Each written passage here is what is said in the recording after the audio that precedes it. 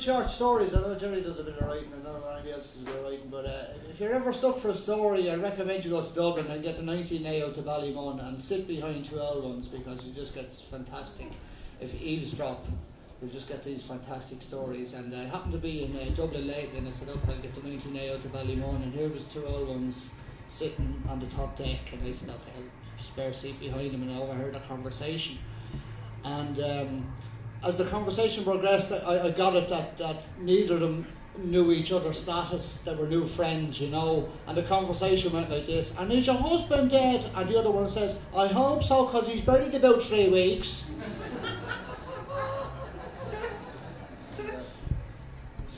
There's one about the guy who was standing in a bus shelter on a really rainy day in Dublin. It was a miserable day, and there was a big pool of water, and he was standing in the shelter.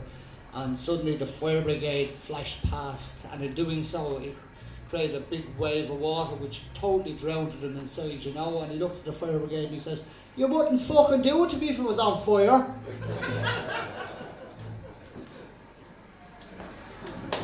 And then there was the one about, there's no one here from Dublin Forest, there's no one here from the Irish Times, there's not. That's not fit no tool hiding in the corner, isn't it?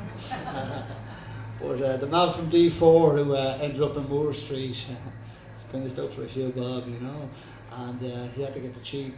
And excuse me, ma'am, he said to the fishmonger, are them lobsters fresh? No, says she, I'm only after bleeding, winding them up.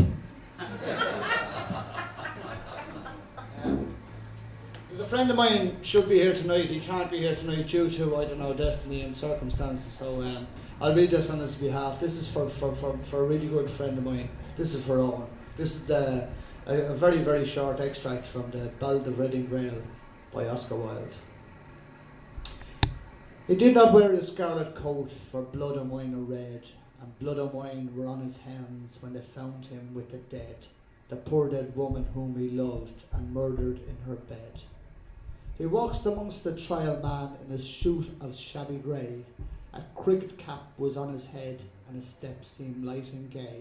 But I never saw a man who looked so wistfully at the day. I never saw a man who looked with such a wistful eye upon that little tent of blue which prisoners call the sky, and at every drifting cloud that went with sails of silver by.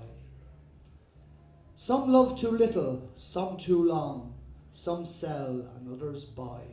Some do deed with many tears, and some without a sigh.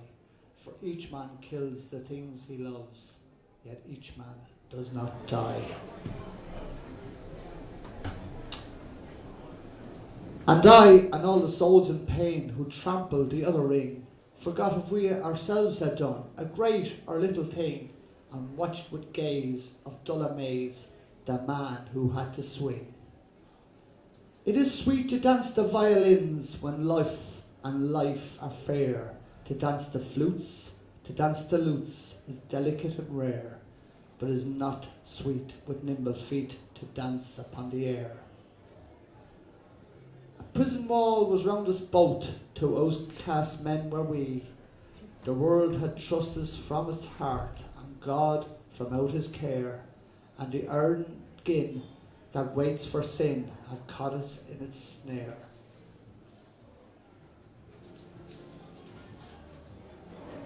There is no chapel on the day on which they hang a man.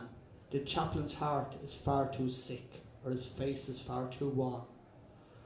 Oh, there is that written in his eyes which none should look upon. They hanged him as the beast is hanged. They did not even toll a requiem that might have brought rest to his startled soul, but hurriedly they took him out and hid him in a hole. The chaplain would not kneel to pray by his dishonoured grave, nor mark it with that blessed cross that Christ for sinners gave, because the man was one of those who Christ came down to save. I know not whether laws be right or whether laws be wrong. All that we know who lie in jail is that the wall is strong, and that each day is like a year whose days are long. For they starved and frightened children till it weeps both night and day, and they scourge the weak, and flog the fool, and jibe the old and grey. And some grow mad, and all grow bad, and none a word may say. In Reading Gaol by Reading town there is a pit of shame, and in it lies a wretched man, eaten by teats of flame. In a burning, winding sheet he lies, and his grave has got no name. And there, till Christ call forth the dead, in silence let him lie. No need to waste the foolish cheer, or heave the windy sigh. The man had killed the thing he loved, and so he had to die. And all men kill the thing they love. By all let this be heard. Some do it with a better word, some with a flattering look. The coward does it with a kiss, the brave man with a sword.